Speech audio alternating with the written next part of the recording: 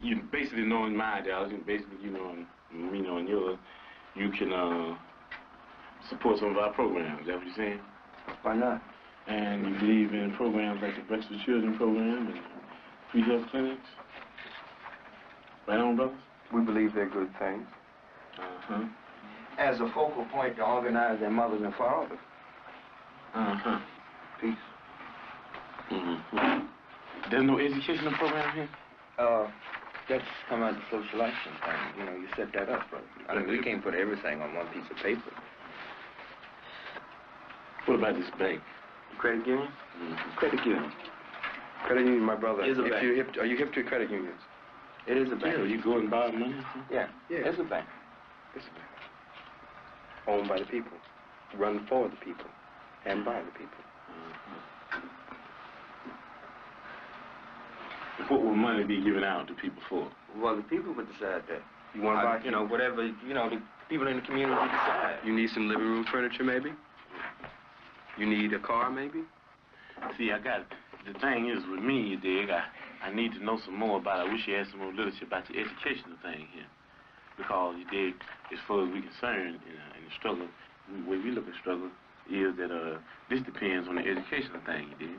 Because this depends on the education. Well, the whole thing. No, but in the end, this does. You can form this with no education.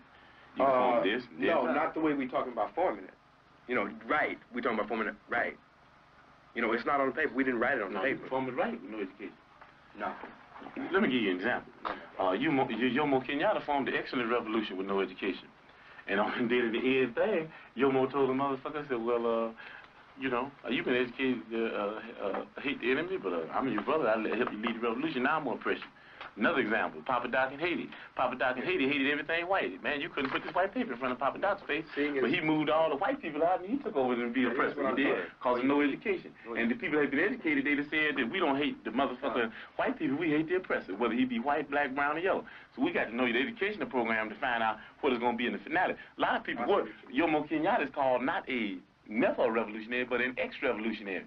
So is Papa Doc. They brought on a successful revolution. That thing in the Mamas was a bitch. Bantu freedom fighters, all that kind of action. What we're saying is that it's the end. But you don't judge Castro now. You can't do it. Nobody in this room could judge whether Castro's going to be a revolutionary or not. You know what I mean? We're talking about things, you know what I mean, with China, the People's Republic, and even at the stage they're in now, talking about even going on further into a communistic state. That's what we're talking about. Those are revolutionary. So we got to understand here the educational program that you have to be able to figure out whether it will go on the right lines where the people will end up in a situation where they can be able to really control themselves. You understand what I'm saying?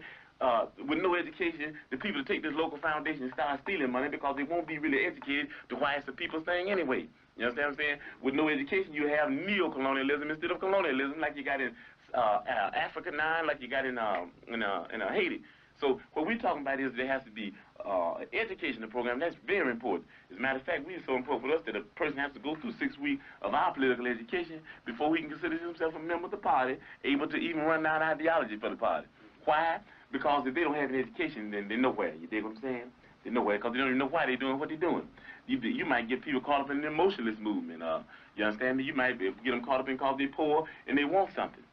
And then if they're not educated, they want more. And before you know it, they'll be capitalists. And before you know it, we have Negro imperialists.